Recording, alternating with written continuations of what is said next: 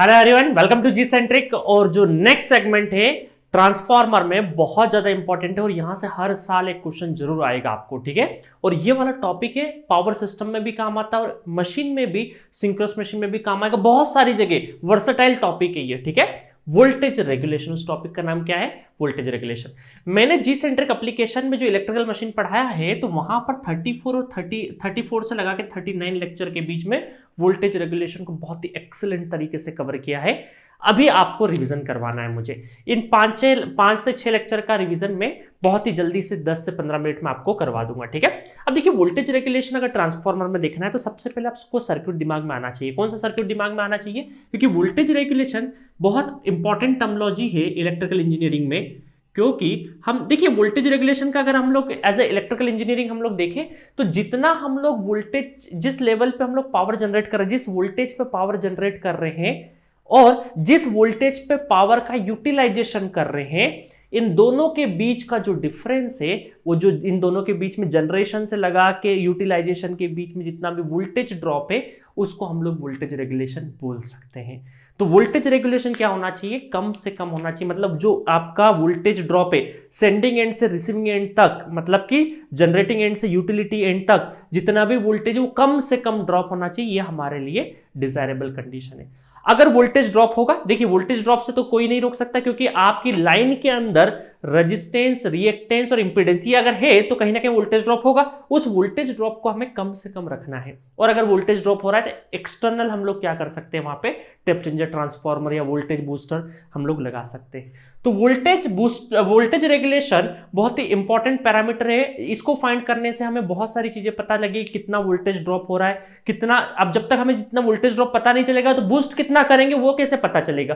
क्योंकि बूस्ट करने के लिए भी हमें इक्विपमेंट की जरूरत पड़ेगी। टेप चेंजर, ट्रांसफार्मर किस रेटिंग का लगाना है, ये भी हम वोल्टेज रेगुलेशन फाइंड आउट करके ही पता लगा पाएंगे। तो ऐसे अनगिनत हमारे पास इसके एडवांटेज है, ठीक है। तो वोल्टेज रेगुलेशन बहुत ज्यादा मैटर करता है हमें इलेक्ट्रिकल इंजीनियरिंग के लिए कि ये पता हो जाएगा तो आपके बहुत सारी प्रॉब्लम सॉल्व होने का जरिया हो जाएगा, ठीक है। चलिए अब जल्दी से हम लोग ट्रांसफार्मर पे आते हैं। अभी हमें गेट एग्जामिनेशन में नंबर लेके आना है, ठीक है। बाकी ज्ञान तो हम पूरे साल भर से ले रहे हैं, अभी हमें सिर्फ और सिर्फ क्या लगाना है, नंबर पे फोकस करना है कि नंबर कहां से आएगा।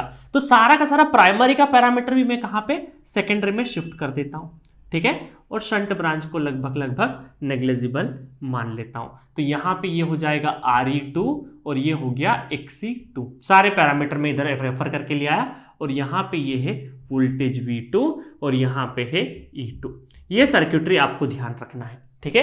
ये सर्किटरी ध्यान रखना है किसके लिए? वोल्टेज रेगुलेशन के लिए। अब देखिए, वोल्टेज रेगुलेशन दो अलग अलग ट्रांसफार्मर के लिए अलग अलग है। नॉर्मल में वोल्टेज रेगुलेशन अगर बोलूं तो voltage regulation equal to mode of voltage no load पे, नो लोड का voltage minus voltage at any load upon with respect to rated voltage. बहुत सारे बच्चे यहां गड़बड़ करते हैं, बहुत सारे बच्चे नो लोड लिख देते हैं, कोई फुल लोड लिख देते हैं ना, अलग अलग जगह पर अलग अलग होता है। तो आपको एक चीज बता दूं मैं आपको कि ये जो फॉर्मूला है इसमें नीचे क्या आएगा, वी रेटेड आएगा। अब रेटेड अलग अलग केस में अलग अलग हो सकता है। अल्टरनेटर की बात करेंगे तो रेटेड क्या हो जाएगा, फुल लोड के बराबर। ट्रांसमिशन लाइन की बात करेंगे तो रेटेड किसके बराबर हो जाएगा, फुल लोड के बराबर। और ट्रांसफार्मर की बात करेंगे तो वी रेटेड नो लोड के बराबर हो जाएगा। ऐसा आप लोगों का सोचना है। बट ट्रांसफार्मर में भी दो कैटेगरी होती है। कौन सी दो कैटेगरी होती है?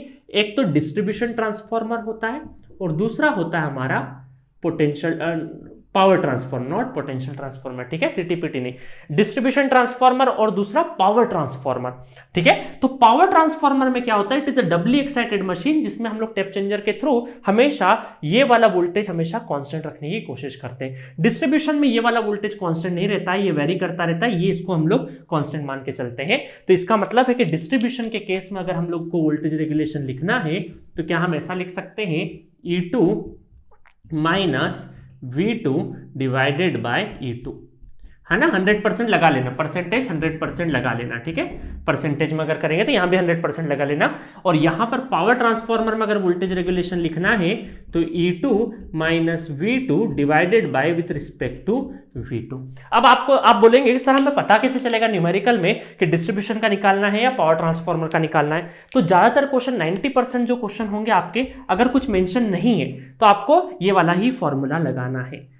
जहां पर मेंशन कुछ भी नहीं होगा, डिस्ट्रीब्यूशन या पावर ट्रांसफार्मर की बात नहीं करी गई है, तो डायरेक्टली आपको कौन सा लगाना है, यही फॉर्मूला लगाना है, ठीक है। और अगर स्पेशली पावर ट्रांसफार्मर या इस तरह से कुछ मेंशन करा हो तब आपको क्या लगाना है, ये वाला फॉर्मूला लगाना है। मैंने क्वेश्चन को बहुत ही अच्छे तरीके से कवर किए हैं, क्वेश्चन के 2-3 न्यूमेरिकल करवाए जिसमें डिस्ट्रीब्यूशन और पावर ट्रांसफार्मर का यूटिलिटी या लैंग्वेज देख के कैसे समझना है, पूरा का पूरा कोर्स के अंदर अवेलेबल है, ठीक है। मैं आपकी क्वेश्चन नंबर बता दूंगा आपको कौन सा करना है। तो ये 2 फॉर्मूला आपको ध्यान रखना है। मैं 90% टाइम पे अगर कुछ मेंशन नहीं तो यही वाला फॉर्मूला हमें ट्रांसफार्मर में यूज करना है। अब देखिए 90% टाइम पे यूज होता है, इसलिए स्टूडेंट्स को बार बार नो लोड नीचे रटवा दिया जाता है, जो कि गलत है। आपको हमेशा वी रेटेड ध्यान रखना है, ठीक है।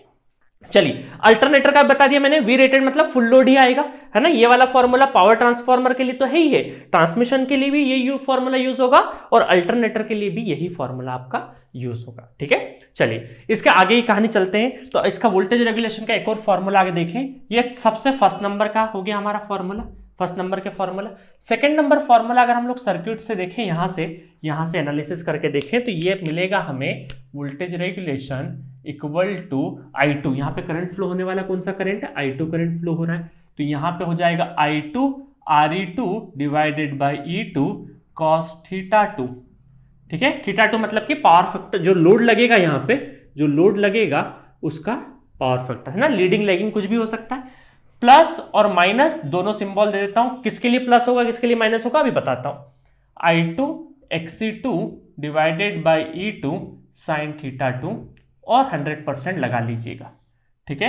100% कर दीजिएगा, परसेंटेज में कन्वर्ट करना है तो 100% इंटू 100%, ठीक है, इंटू 100%। अब समझिएगा यहाँ पे ये जो प्लस साइन है, ये जो प्लस साइन है ये कब आएगा, ये प्लस साइन आएगा जब लैगिंग पावर फैक्टर होगा, लैगिंग पावर फैक्टर होगा।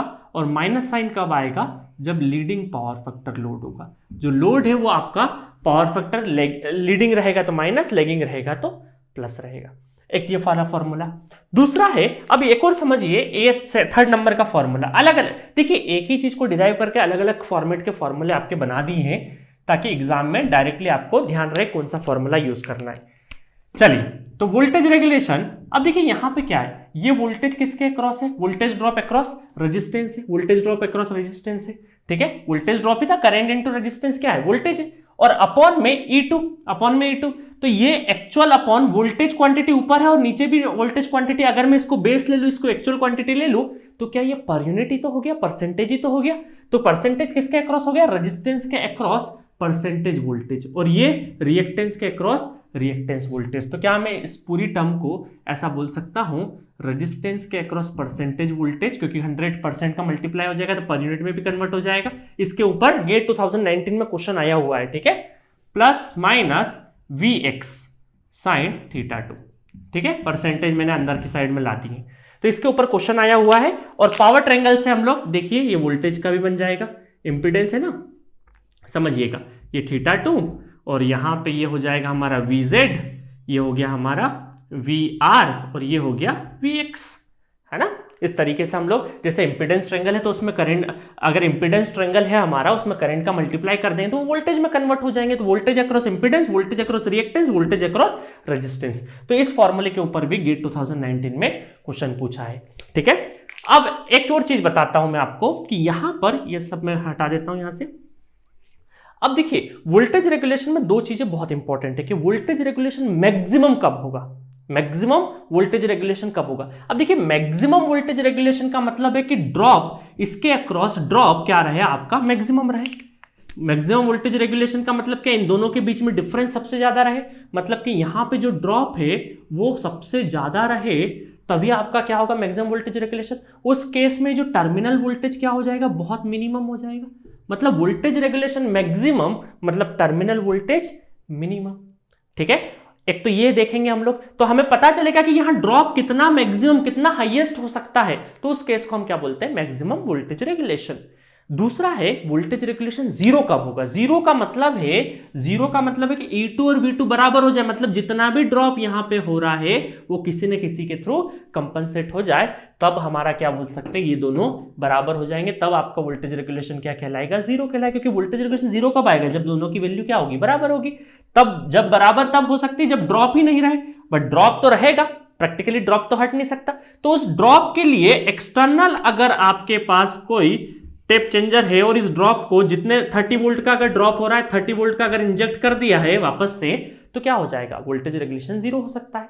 ठीक है, तो ऐसे ही हम लोग कंडीशन देखते हैं कि वोल्टेज रेगुलेशन दो टाइप की, दो कंडीशन देखते हैं। एक तो जीरो वोल्टेज रेगुलेशन और दूसरा मैक्सिमम वोल्टेज रेगुलेशन। अच्छा, मुझे एक चीज बताइए कि यहां पे एक्सटर्नल सोर्स नहीं हो और जीरो वोल्टेज रेगुलेशन लाना हो, तो क्या ड्रॉप तो रहेगा, 30 वोल्ट का ड्रॉप तो रहेगा। इस ड्रॉप को कौन मैनेज कर सकता है, जब यहां पर आपका कैपेसिटिव नेचर का अगर लोड लगा रहेगा, तभी इस 30 वोल्ट को कंपनसेट किया जा सकता है। इसका मतलब है कि जीरो वोल्टेज रेगुलेशन तभी आएगा जब आपका पावर फैक्टर क्या रहेगा, लीडिंग नेचर का रहेगा, लीडिंग पावर फैक्टर रहेगा। ठीक है, और मैक्सिमम वोल्टेज रेगुलेशन मतलब ड्रॉप मैक्सिमम, मतलब कि आपका वोल्टेज रेगुलेशन ये क्या रहेगा, आपका पावर फैक्टर क्या रहेगा, लैगिंग टाइप का रहेगा, लैगिंग पावर फैक्टर रहेगा। ठीक है, तो जीरो वोल्टेज रेगुलेशन कहां पे ऑकर होगा, ये क्वेश्चन बहुत बार पूछा जाता है 1 नंबर में, आपके अदर देन गेट एग्जामिनेशन में बहुत आता है कि जीरो वोल्टेज रेगुलेशन कौन से पावर फैक्टर पाएगा, लीडिंग पावर फैक्टर पे, मैक्सिमम वोल्टेज रेगुलेशन क्या पाएगा, लैगिंग पावर फैक्टर पाएगा। ठीक है, अब इसके लिए कंडीशन पूछी जाती है। अब कंडीशन में आपको ध्यान रखना है, देखिए अलग अलग, देखिए पावर सिस्टम में पढ़ेंगे तो अलग कंडीशन पढ़ेंगे, है ना, सिंक्रोनस मशीन में पढ़ेंगे तो अलग कंडीशन पढ़ेंगे, और यहाँ मशीन में पढ़ेंगे तो अलग कंडीशन पढ़ेंगे, ट्रांसफॉर्मर में पढ़ेंगे तो अलग कंडीशन। तो जीरो वोल्टेज रेगुलेशन कंडीशन है tan θ2 equal to Re2 divided by Xc2, Re2 divided by Xc2, और यहां पर tan θ2 मैक्सिमम में Xc2 डिवाइडेड बाय Re2। ठीक है, Re2, ये चीज आपको ध्यान में रखनी है, अब देखिए ये कई बार स्टूडेंट को कंफ्यूजन ये होता है कि इनको याद कैसे करें। अब रेशो तो R और X के बीच में, तो R/X या X/R याद रखने में दिक्कत होगी कि मैक्सिमम में कौन सा रेशो आएगा और जीरो में कौन सा रेशो आएगा। आपके लिए मैं एक चीज बता देता हूं, शॉर्ट है ना तरीका बता देता हूं। मैक्सिमम का X, मैक्स है ना, मैक्स का X तो X/R, ये X ऊपर, याद रखने का तरीका है ना। मैक्सिमम वोल्टेज रेगुलेशन की कंडीशन कोई पूछे तो tan θ2 मैक्स तो X/R, बाकी इसमें जीरो में उल्टा, उसका उल्टा कर देंगे हम लोग। ठीक है, अब देखिए यहां पर पावर ट्रायंगल अगर बनाते हैं, हम लोग इंपेडेंस ट्रायंगल बना देते हैं, θ2 इक्वल टू ये कितना हो जाएगा, Ze2, ये हो जाएगा हमारा Re2, और ये हो गया Xc2। तो इस केस में पावर फैक्टर अगर कोई पूछेगा हमसे कि जीरो वोल्टेज रेगुलेशन में पावर फैक्टर क्या होगा, तो पावर फैक्टर मतलब कि cos θ2 equal to base upon hypotenuse. तो बेस क्या है, Re बाय Z, तो ये क्या हो जाएगा, पावर फैक्टर हो जाएगा। यहां पे कोई हमसे पावर फैक्टर पूछेगा, देखिए आई थिंक मैंने थोड़ा सा गलत कर दिया यहाँ पे, मैं एक चीज बताता हूँ। पावर, ये जो ट्रायंगल है दोनों के लिए अलग अलग बनेगा, है ना, एक नहीं बनेगा, हम लोगों ने एक ही कर दिया है। यहां के लिए अगर मैं ट्रायंगल बनाऊं तो tan θ क्या, परपेंडिकुलर अपॉन बेस, तो परपेंडिकुलर क्या हो जाएगा, परपेंडिकुलर Re यहां पे रहेगा और बेस Xc यहां पे रहेगा। ठीक है, और Ze2। इसके लिए अगर मैं ट्रायंगल बनाऊं तो परपेंडिकुलर अपॉन बेस, तो परपेंडिकुलर क्या रहेगा, Xc2, और ये हो गया Re2, θ2 Ze2। तो यहां पे अगर पावर फैक्टर लिखेंगे, इस ट्रायंगल के हिसाब से पावर फैक्टर लिखेंगे तो कितना हो जाएगा, cos θ2 power factor base upon hypotenuse, मतलब Xc2 डिवाइडेड बाय Ze2। तो ये क्या हो गया, आपका पावर फैक्टर हो गया। यहां पे पावर फैक्टर लिखना है अगर मुझे, तो कितना हो जाएगा, cos θ2 equal to base Re2 divided by Ze2। ठीक है, तो यहां से मैं इसलिए नहीं लिख रहा हूं, टाइम वेस्ट नहीं करवा रहा हूं आपका, यहां से क्वेश्चन आते हैं हर बार। ठीक है, कि जीरो वोल्टेज रेगुलेशन पे पावर फैक्टर बताइए, क्वेश्चन आता है, तो आपको क्या याद रखना है, ये याद रखना, क्योंकि ये वैल्यू आपको गिवन रहेगी, ये वैल्यू गिवन रहेगी, ये कंडीशन लगाना, यहां से आपका निकल आएगा। ठीक है, यहां पर मैक्सिमम के टाइम पे ये ध्यान रखना है आपको। इतना समझ में आ गया? तो ये वोल्टेज रेगुलेशन की 2 फॉर्मेट और बता दिए मैंने। अब चलिए एक फॉर्मूला और बता देता हूं मैं आपको।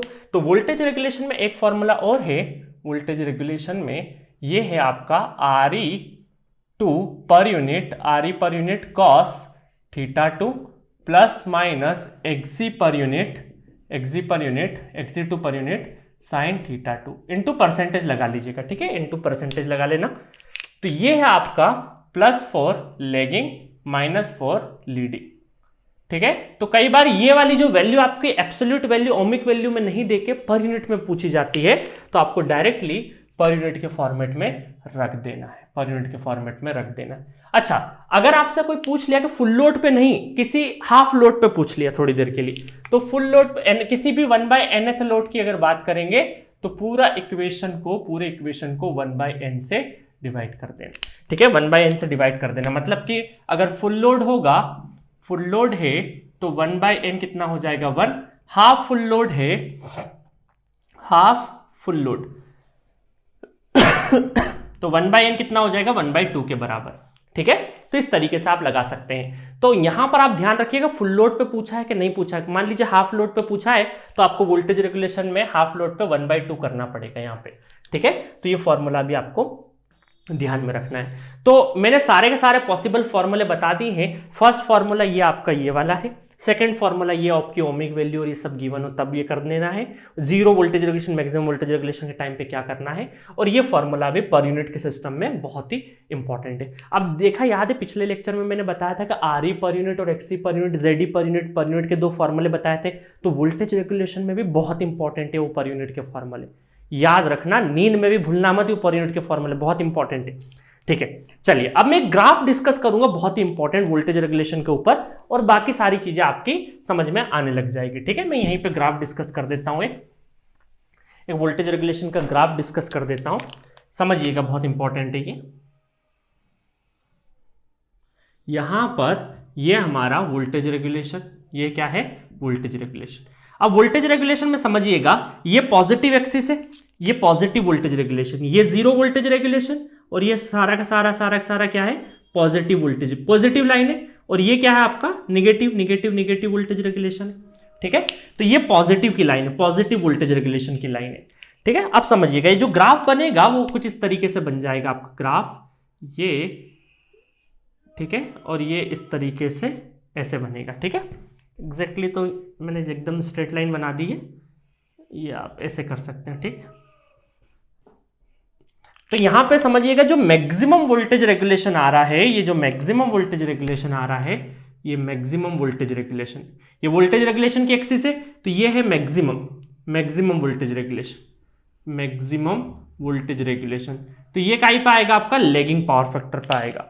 तो यहां से ये है आपका यूनिटी पावर फैक्टर, ये जो है आपका यूनिटी पावर फैक्टर, और इधर की साइड में जाएंगे तो लैगिंग रहेगा, और इधर की साइड में जाएंगे तो लीडिंग रहेगा, इधर की साइड में जाएंगे तो आपका लीडिंग पावर फैक्टर रहेगा, लीडिंग पावर फैक्टर रहेगा। ठीक है, अब समझते हैं आपका पॉजिटिव वोल्टेज रेगुलेशन कब रहेगा। देखिए वोल्टेज रेगुलेशन अगर मैं पॉजिटिव बोल लूं, वोल्टेज रेगुलेशन अगर मैं पॉजिटिव बोलूं तो तभी हो सकता है जब आपका E2 ग्रेटर देन V2 रहे, E2 ग्रेटर देन V2 रहेगा तभी आपका वोल्टेज रेगुलेशन क्या रहेगा पॉजिटिव रहेगा। तो वोल्टेज रेगुलेशन पॉजिटिव कहां पॉसिबल है, देखिए वोल्टेज रेगुलेशन पॉजिटिव, ये पॉजिटिव वाली एक्सिस है, तो पॉजिटिव यहां पर भी पॉजिटिव है, यहां पर भी पॉजिटिव है, देखिए यहां पर भी पॉजिटिव है, पॉजिटिव। तो इसका मतलब है कि ये जो ग्रीन कलर का एरिया पूरा दिख रहा है इसमें E2 ग्रेटर देन V2 मिलेगा। तो ये कौन कौन से पावर फैक्टर पे पॉसिबल है, एक तो लैगिंग पे भी आ रहा है, देखिए लैगिंग पावर फैक्टर पे तो है ही, यूनिटी पे भी क्या है पॉजिटिव है, और लीडिंग पे भी क्या है पॉजिटिव है, लीडिंग पावर फैक्टर पे भी क्या है पॉजिटिव वोल्टेज रेगुलेशन आ रहा है। ठीक है, ये बात बहुत इंपॉर्टेंट है। देन जीरो वोल्टेज रेगुलेशन कहां मिलेगा, जीरो वोल्टेज रेगुलेशन आपको मिलेगा यहां पे कहीं, ये है आपका zero voltage regulation, zero voltage regulation का मतलब है कि E2 equal to V2। Then आपका निगेटिव वोल्टेज रेगुलेशन कहां मिलेगा, यह आपका क्या हो जाएगा निगेटिव वोल्टेज रेगुलेशन, यहां पे मिलेगा आपका negative voltage regulation. Negative voltage regulation का मतलब है E2 less than V2। Gate 2020 में इस कॉन्सेप्ट के ऊपर क्वेश्चन आया हुआ है, ठीक है। तो आपका पॉजिटिव वोल्टेज रेगुलेशन कहां कहां पे होता है? लीडिंग पे भी पॉजिटिव हो सकता है, लीडिंग पे भी, लीडिंग वाले देखिए लीडिंग पावर फैक्टर है, तो लीडिंग पावर फैक्टर पे भी पॉजिटिव हो सकता है, लीडिंग पे भी हो सकता है, यूनिटी पावर फैक्टर पे भी हो सकता है, और लैगिंग पे भी हो सकता है। बट मैक्सिमम, अच्छा 2-3 क्वेश्चन पूछ लेता हूं ना डायरेक्टली। बताओ इस ग्राफ को देख के मैक्सिमम वोल्टेज रेगुलेशन कहां पॉसिबल है? Only at lagging power factor पे, only at lagging power factor पे। अच्छा, जीरो वोल्टेज रेगुलेशन कौन से पावर फैक्टर पे पॉसिबल है? जीरो वोल्टेज रेगुलेशन काय पे पॉसिबल है? हमेशा लीडिंग पावर फैक्टर पे। काय पे? हमेशा लीडिंग पावर फैक्टर पे, लीडिंग पावर फैक्टर पे, लीडिंग पावर फैक्टर पे। अच्छा, नेगेटिव वोल्टेज रेगुलेशन कहां पॉसिबल है? नेगेटिव वोल्टेज रेगुलेशन भी काय पे है? नेगेटिव लीडिंग पावर फैक्टर पे ही पॉसिबल है। अच्छा, मैं E और V की टर्म में बात करूं कि E2 ग्रेटर देन V2 कौन कौन से पावर फैक्टर पे पॉसिबल है? तो यूनिटी पावर फैक्टर पे पॉसिबल है, लैगिंग पे भी पॉसिबल है, और लीडिंग पे भी पॉसिबल है। बट मैं पूछूं कि E2 इक्वल टू V2 कहां पॉसिबल है? तो सिर्फ और सिर्फ लीडिंग पावर फैक्टर में पॉसिबल है। अगर मैं बोलूं कि नेगेटिव वोल्टेज रेगुलेशन कहां पॉसिबल है, मतलब E2 लेस देन V2 पे ही क्या है आपका? नेगेटिव वोल्टेज रेगुलेशन पॉसिबल है। तो ये बहुत सारे टर्म E के फॉर्मेट में भी और पावर फैक्टर के फॉर्मेट में भी, मैक्सिमम और जीरो फॉर्मेट के बीच में भी सारी चीज के बारे में मैंने आपको बता दिया है। अब मैं आपको बताने वाला हूं कि क्वेश्चन कौन से करना है आपको।